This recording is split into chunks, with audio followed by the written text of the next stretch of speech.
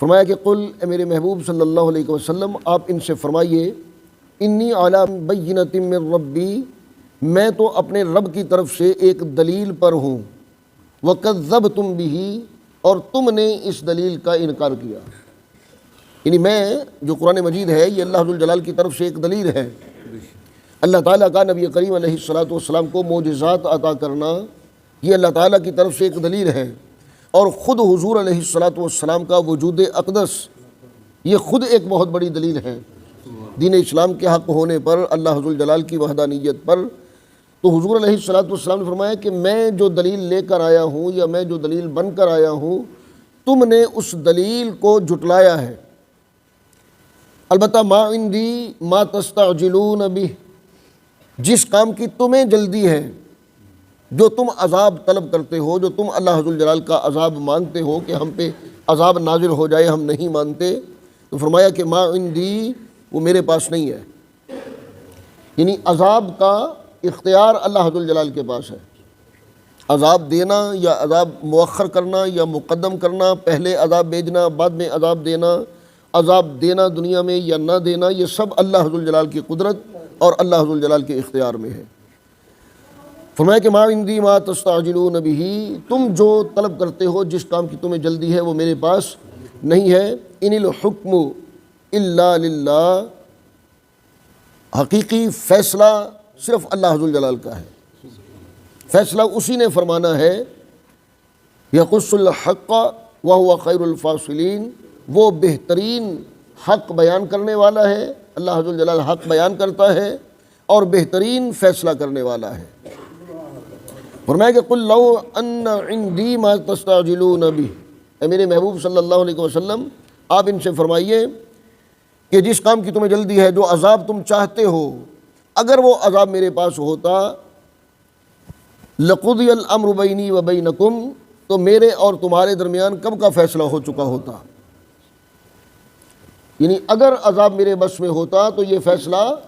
ہو چکا ہوتا۔ یہ اللہ ذوالجلال کے اختیار میں ہے، اللہ تعالیٰ جب چاہے عذاب بھیجے یا نہ بھیجے، یہ اس کے اختیار میں ہے۔ تو یہ حضور علیہ الصلاۃ والسلام نے اس لیے، نبی کریم علیہ الصلاۃ والسلام نہیں چاہتے تھے کہ میری امت پر عذاب آئے، چاہے آپ کو نہ ماننے والے تھے، کافر تھے، مشرک تھے، آپ کو تنگ کرنے والے، تکلیف دینے والے، کیونکہ حضور علیہ الصلاۃ والسلام کو اللہ ذوالجلال نے رحمت للعالمین بنا کر بھیجا۔ آپ پوری کائنات کے لیے رحمت ہیں، آپ نہیں چاہتے تھے کہ میری امت پر عذاب آئے۔ یہ اس لیے، اور اس کی دلیل وہ طائف کا واقعہ، یہ حضور علیہ الصلاۃ والسلام پر انہوں نے ظلم و ستم کیا، تو آپ فرماتے ہیں کہ میں جب طائف سے باہر نکلا، اس وادی سے باہر نکلا، تو حضرت جبرائیل علیہ السلام آئے اور آ کر انہوں نے عرض کی کہ یا رسول اللہ صلی اللہ علیہ وسلم، ان لوگوں نے جو آپ کے ساتھ کیا، جو آپ نے ان سے کہا وہ بھی اللہ ذوالجلال نے سن لیا، جو انہوں نے آپ سے کہا وہ بھی اللہ تعالیٰ نے سن لیا۔ یعنی آپ کا عمل بھی اللہ ذوالجلال کے سامنے ہے اور ان کا رد عمل بھی اللہ تعالیٰ کے سامنے ہے۔ اب اللہ ذوالجلال نے مجھے بھیجا ہے اور میرے ساتھ پہاڑوں کا فرشتہ ہے،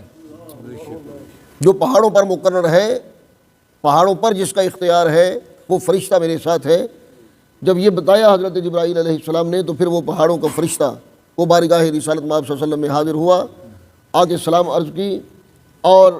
کہنے لگا کہ آپ حکم فرمائیں، یہ دونوں پہاڑوں کو میں ان دونوں پہاڑوں کے درمیان انہیں پیس کر رکھ دوں، میں اس زمین کو الٹ دوں، ان پر پہاڑ الٹ دوں، ان پر یہ تباہ و برباد ہو جائیں گے۔ آپ بس اشارہ کریں، آپ حکم فرمائیں، جو آپ چاہیں گے وہی ہوگا۔ تو نبی کریم علیہ الصلاۃ والسلام نے ارشاد فرمایا کہ شاید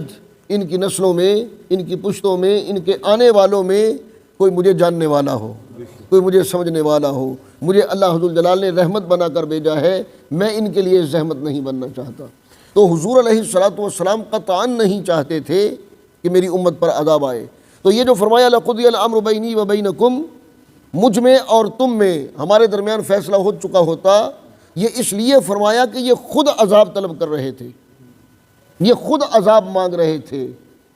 کہ اللہ عزوجل فامطر علینا حجارۃ من السماء اب اتنا بعذاب علیم۔ ان کے الفاظ یہ ہیں کہ یا تو ہم پہ آسمان سے پتھر برسیں یا ہم پہ دردناک عذاب آ جائے۔